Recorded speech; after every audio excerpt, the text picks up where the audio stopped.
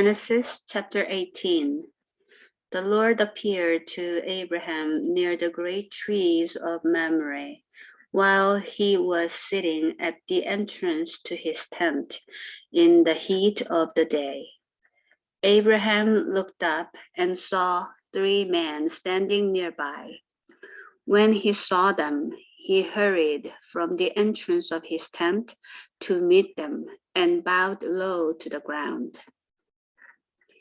He said, "If I have found favor in your eyes, my Lord, do not pass your servant by.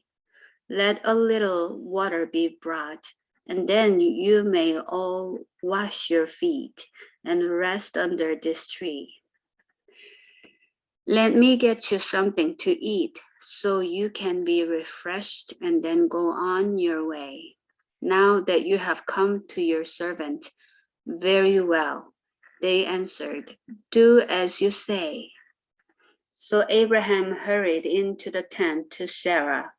"Quick," he said, "get 3 seahs of the finest flour and knead it and bake some bread."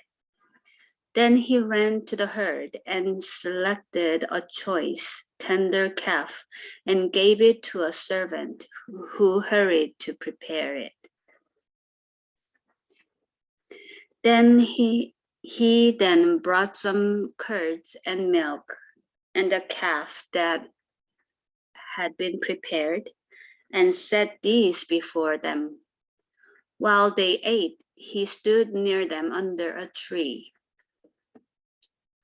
"Where is your wife Sarah?" they asked him. "There in the tent," he said. Then one of them said, "I will surely return to you about this time next year, and Sarah, your wife, will have a son." Now Sarah was listening at the entrance to the tent, which was behind him. Abraham and Sarah were already very old, and Sarah was past the age of childbearing. So Sarah laughed to herself as she thought, "After I am worn out and my Lord is old, will I now have this pleasure?"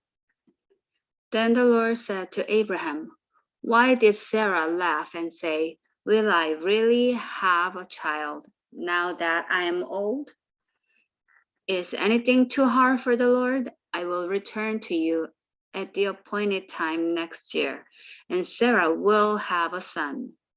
Sarah was afraid, so she lied and said, "I did not laugh." But he said, "Yes, you did laugh." When the men got up to leave, they looked down towards Sodom, and Abraham walked along with them to see them on their way. Then the Lord said, "Shall I hide from Abraham what I am about to do? Abraham will surely become a great and powerful nation, and all nations on earth will be blessed through him. For I have chosen him so that he will direct his children and his household after him to keep the way of the Lord by doing what is right and just, so that the Lord will bring about for Abraham what he has promised him." Then the Lord said, "The outcry against Sodom and Gomorrah is so great, and their sin so grievous, that I will go down and see if what they have done is as bad as the outcry that has reached me. If not, I will know." The man turned away and went toward Sodom, but Abraham remained standing before the Lord. Then Abraham approached him and said, "Will you sweep away the righteous with the wicked? What if there are 50 righteous people in the city? Will you really sweep it away and not spare the place for the sake of the 50 righteous people in it? Far be it from you to do such a thing, to kill the righteous with the wicked. treating the righteous and the wicked alike. Far be it from you. Will not the judge of all the earth do right? The Lord said, if I find 50 righteous people in the city of Sodom, I will spare the whole place for their sake. Then Abraham spoke up again. Now that I have been so bold as to speak to the Lord, though I am nothing but dust and ashes. What if the number of the righteous is 5 less than 50? Will you destroy the whole city for lack of 5 people? If I find 45 there, he said, I will not destroy it. Once again he spoke to them. He spoke to him. What if only 40 are found there? He said, for the sake of 40, I will not do it. Then he said, may the Lord not be angry, but let me speak. What if only 30 can be found there? He answered, I will not do it if I find 30 there. Abraham said, now that I have been so bold as to speak to the Lord, what if only 20 can be found there? He said, for the sake of 20, I will not destroy it.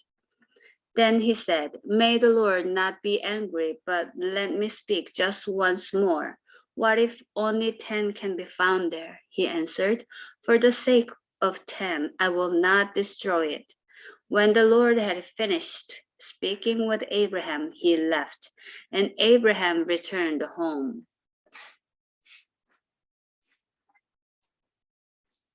Genesis chapter 19.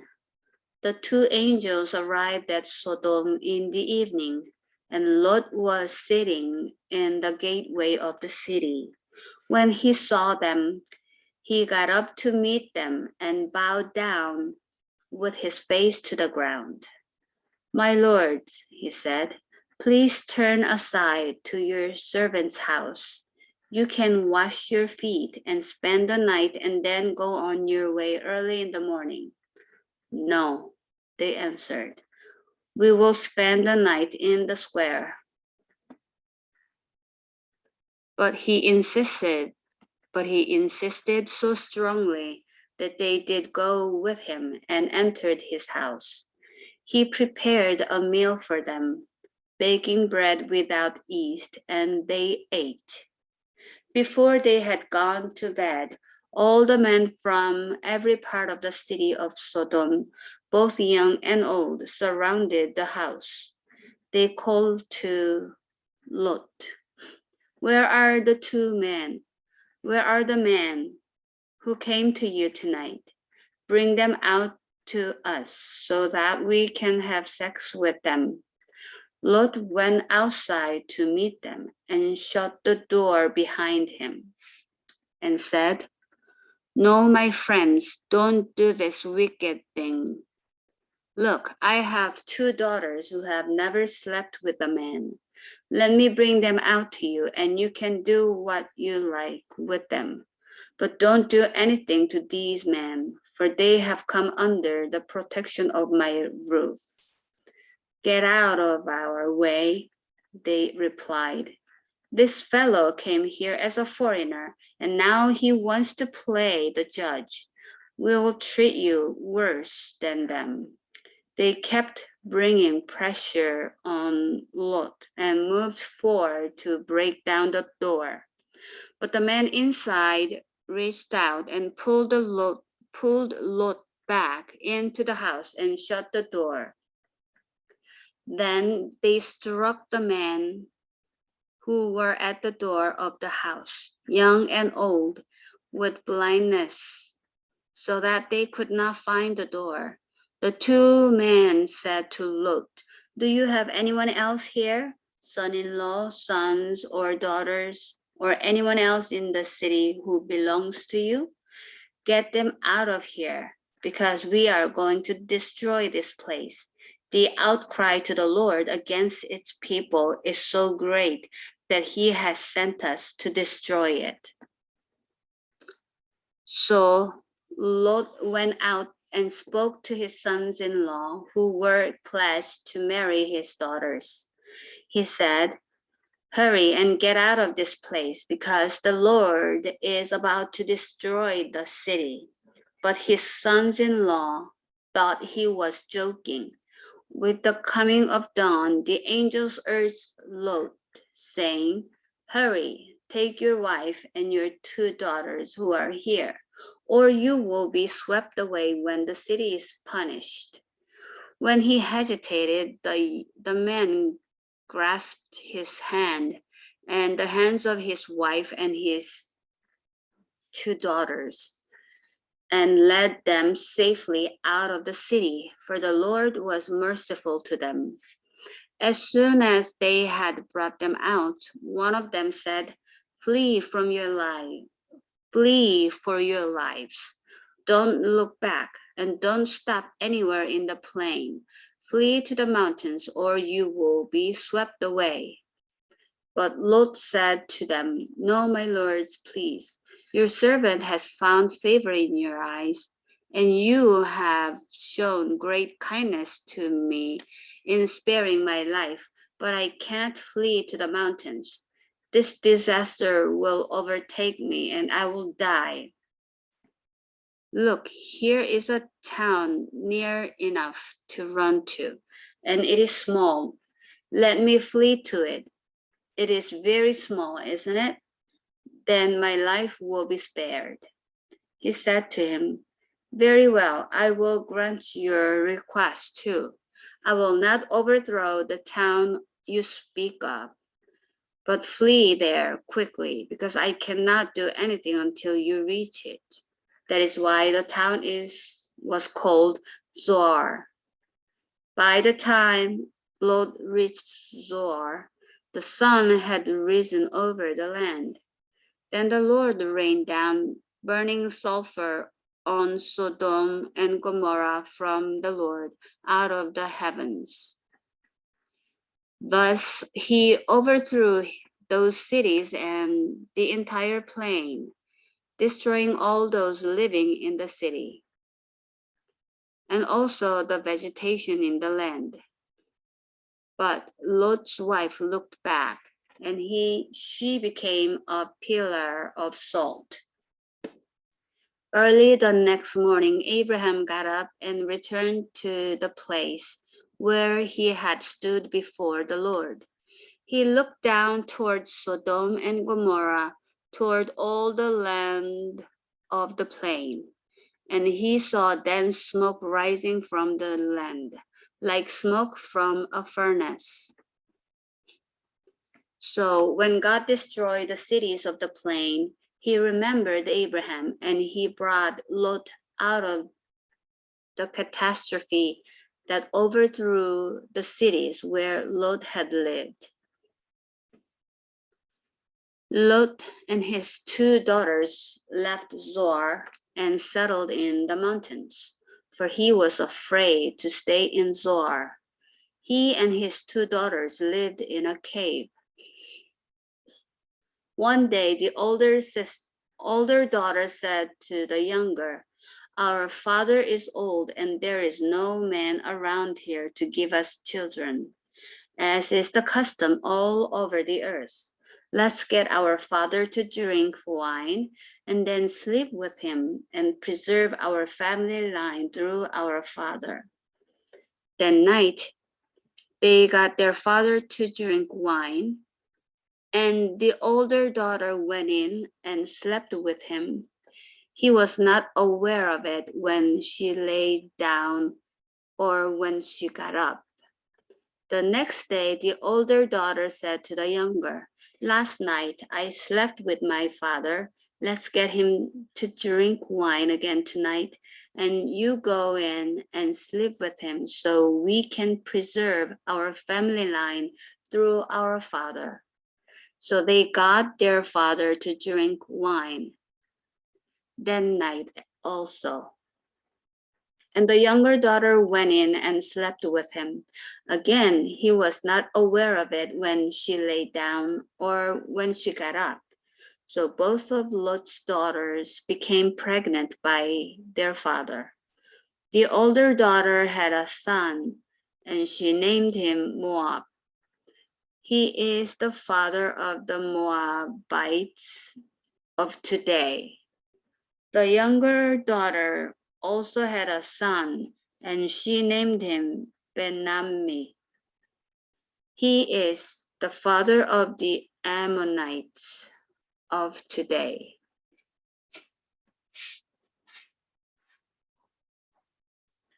Genesis chapter 20. Now Abraham moved on from there into the region of the Negev and lived between Kadesh and Shur. For a while he stayed in Gerar. And there Abraham said of his wife Sarah, "She is my sister." Then Abimelech, king of Gerar, sent for Sarah and took her. But God came to Abimelech in a dream one night and said to him, "You are as good as dead because of the woman you have taken. She is a married woman." Now Abimelech had not gone near her. So he said, "Lord, will you destroy an innocent nation? Did he not say to me, 'She is my sister'? And didn't she also say, 'He is my brother'? I have done this with a clear conscience and clean hands." Then God said to him in the dream, "Yes, I know you did this with a clear conscience, and so I have kept you from sinning against me. That is why I did not let you touch her. Now return the man's wife, for he is a prophet, and he will pray for you, and you will live. But if you do not return her, you may be sure that you and all who belong to you will die." Early the next morning, Abimelech summoned all his officials, and when he told them all that had happened, they were very much afraid. Then Abimelech called Abraham in and said, "What have you done to us? How have I wronged you, that you have brought such great guilt upon me and my kingdom? You have done things to me that should never be done." And Abimelech asked Abraham, "What was your reason for doing this?" Abraham replied, "I said to myself, 'There is surely no fear of God in this place, and they will kill me because of my wife. Besides, she really is my sister, the daughter of my father through not of my mother, and she became my wife.' And when God had me wander from my father's household, I said to her, 'This is how you can show your love to me. Everywhere we go, say of me, he is my brother.' Then Abimelech brought sheep and cattle and male and female slaves and gave them to Abraham, and he returned Sarah, his wife, to him. And Abimelech said, 'My land is before you. Live wherever you like.' To Sarah he said, 'I am giving your brother 1,000 shekels of silver. This is to cover the offense against you before all who are with you. You are completely vindicated.' Then Abraham prayed to God, and God healed Abimelech, his wife, and his female slaves, so they could have children again. For the Lord had kept all the women in Abimelech's household from conceiving because of Abraham's wife Sarah. Genesis chapter 21. Now the Lord was gracious to Sarah as he had said, and the Lord did for Sarah what he had promised. Sarah became pregnant and bore a son to Abraham in his old age, at the very time God had promised him. Abraham gave the name Isaac to the son Sarah bore him. When his son Isaac was 8 days old, Abraham circumcised him as God commanded him. Abraham was 100 years old when his son Isaac was born to him. Sarah said, God has brought me laughter, and everyone who hears about this will laugh with me. And she added, who would have said to Abraham that Sarah would nurse children? Yet I have borne him a son in his old age. The child grew and was weaned. And on the day Isaac was weaned, Abraham held a great feast. But Sarah saw that the son whom Hagar the Egyptian had borne to Abraham was mocking. And she said to Abraham, get rid of that slave woman and her son, for that woman's son will never share in the inheritance with my son Isaac. The matter distressed Abraham greatly because it concerned his son. But God said to him, do not be so distressed about the boy and your slave woman. Listen to whatever Sarah tells you, because it is through Isaac that your offspring will be reckoned. I will make the son of the slave into a nation also, because he is your offspring. Early the next morning, Abraham took some food and a skin of water and gave them to Hagar. He set them on her shoulders and then sent her off with the boy. She went on her way and wandered in the desert of Beersheba.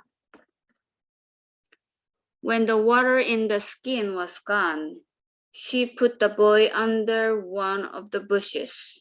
Then she went off and sat down about a bow shot away. For she thought, I cannot watch the boy die.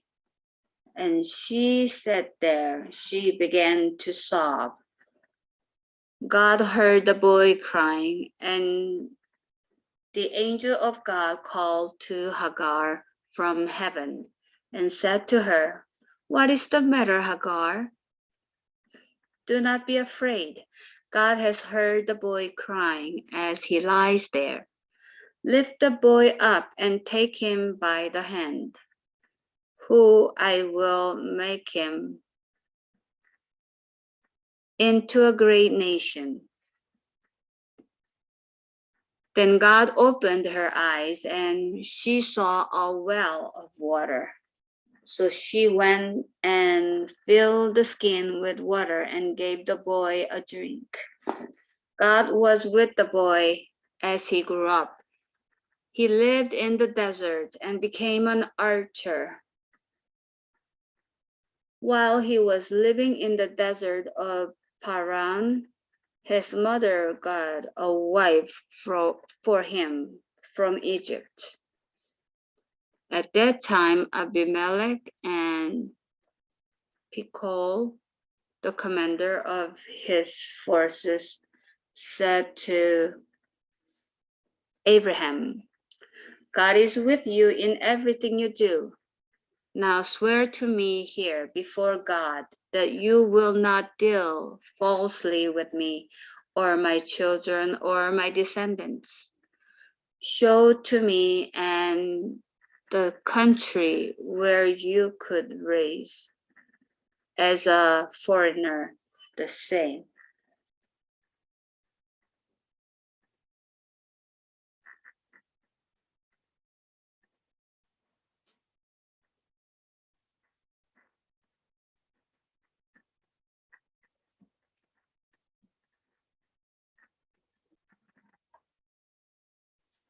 Abraham said, I swear it. Then Abraham complained to Abimelech about a well of water that Abimelech's servants had seized.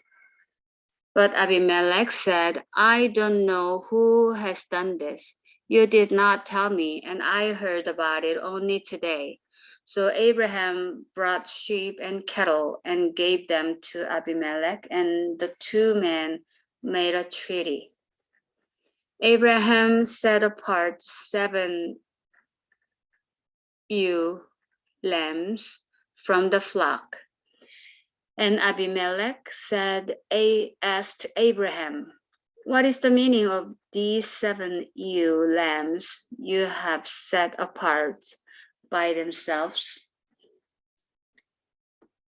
He replied, accept these 7 lambs from my hand as a witness that I dug this well. So that place was called Beer-sheba, because the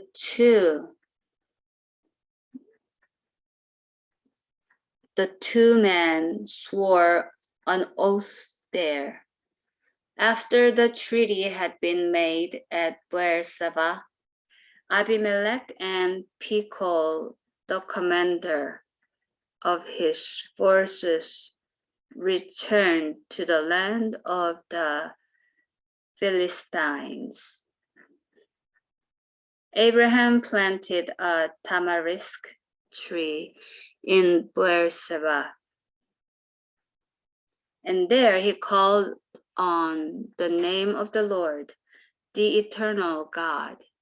And Abraham stayed in the land of the Philistines for a long time.